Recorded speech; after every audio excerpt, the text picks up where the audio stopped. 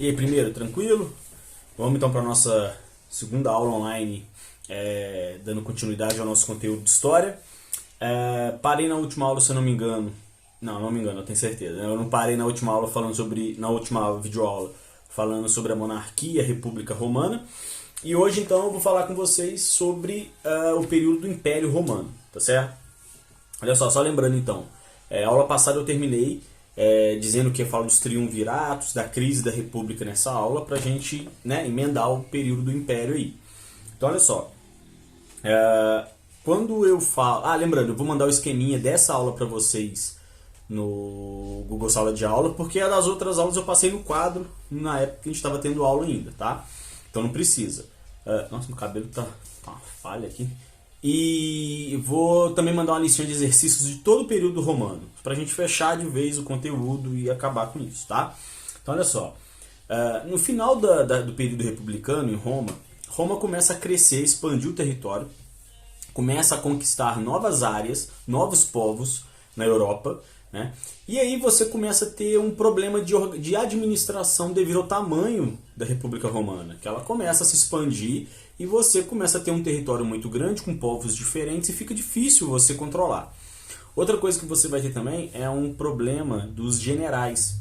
Os generais romanos, eles começam a ter poderes, começam a ficar famosos, começam a ficar muito importantes devido a essas conquistas, e o poder começa a subir a cabeça deles. Então eles começam a exigir mais direitos, mais terras, uma participação maior na política romana. Então esses generais, eles começam também a trazer problemas, né, para a República Romana. E aí olha só, todo período de crise em Roma, normalmente se convocava os triunviratos. O que é isso? Em períodos de crise, você convocava 3 generais, os 3 principais, e esses 3 generais tiravam ou melhoravam a crise, e depois que essa crise passava, você novamente entregava o poder ao Senado, aos patrícios, né? Então, por exemplo, o primeiro triunvirato ele ocorreu nas Guerras Púnicas, que a gente tinha, né, eu falei com vocês na última aula. Por exemplo, o primeiro triunvirato ele foi composto pelo Júlio César, né? Deixa eu só colocar aqui o esqueminha que eu vou mandar para vocês, que os nomes eu não lembro de cabeça.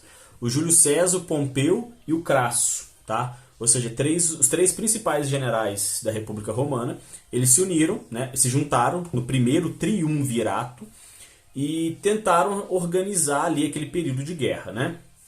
Aquele período de guerra passa, a crise passa, e aí o Júlio César ele vai ser eleito cônsul, né?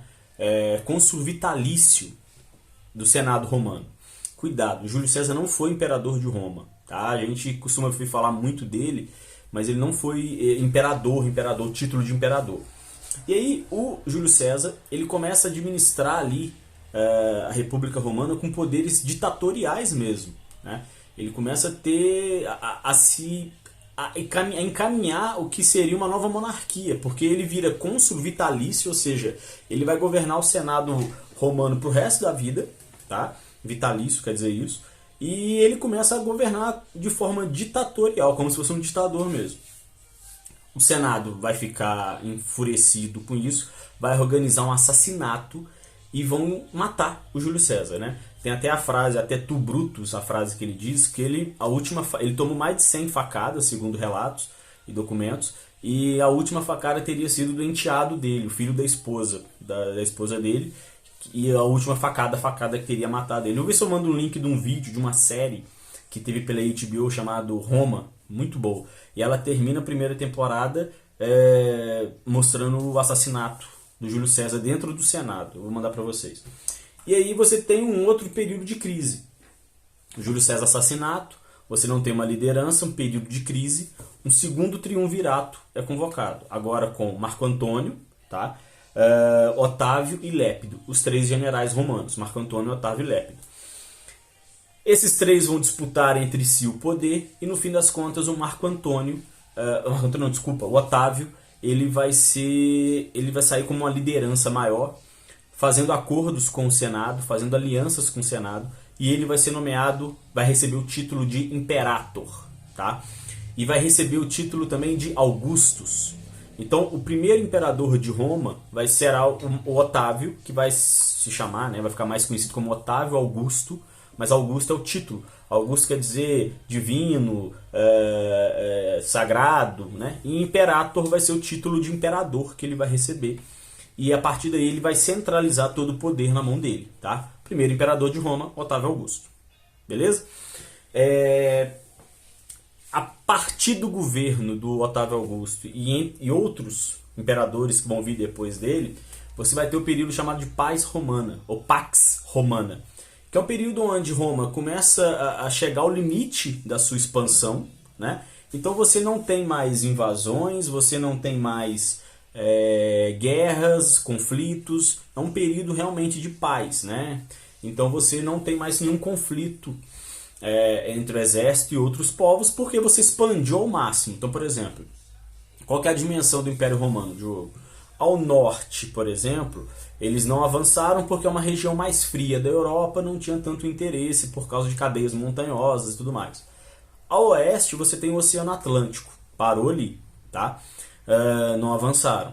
Ao leste, você tem desertos e montanhas, né? Ao leste é o Oriente, né? A Ásia para lá. Então também não foi muito interesse. E ao norte tinha o deserto do Saara, no continente africano. Então eles avançaram até onde eles puderam, né? Onde eles conseguiam também.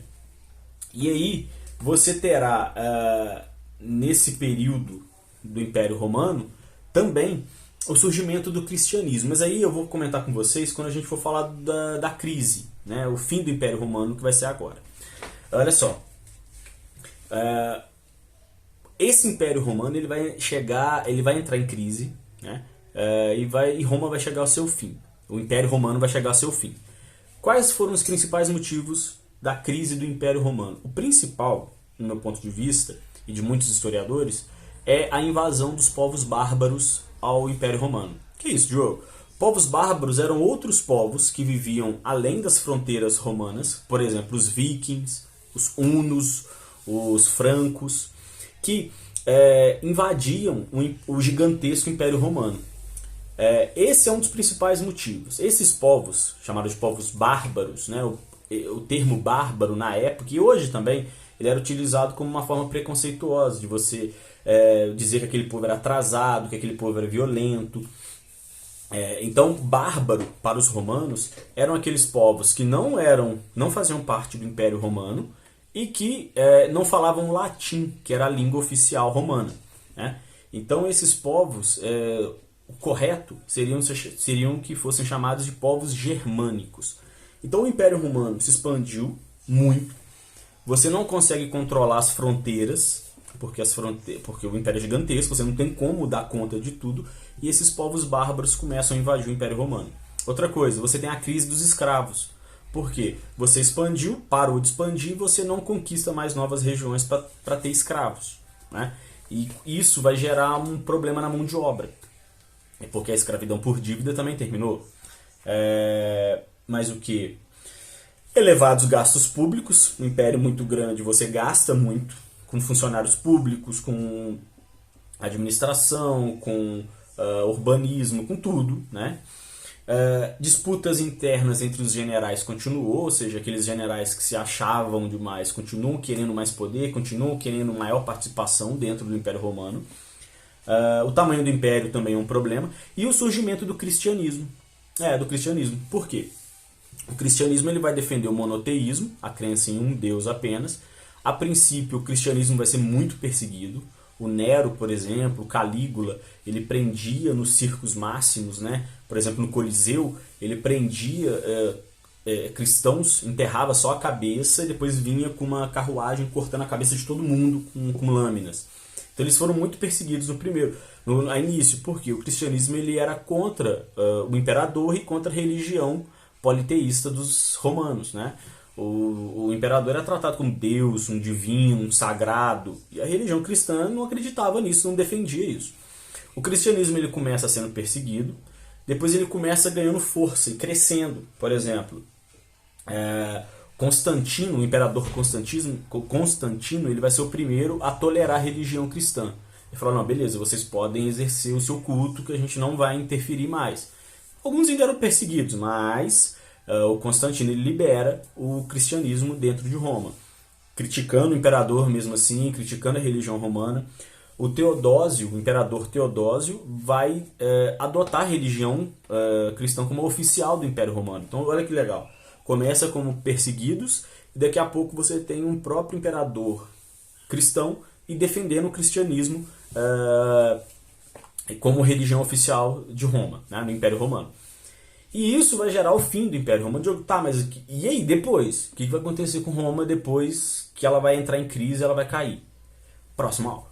Beleza? Então fechamos por aqui. Vou mandar para vocês no Google Sala de Aula exercício, o esquema para copiar no caderno também, tá? Qualquer dúvida me procura no Google Sala de Aula também, ou nas redes sociais, o que vocês acharem mais fácil. Valeu, pessoal!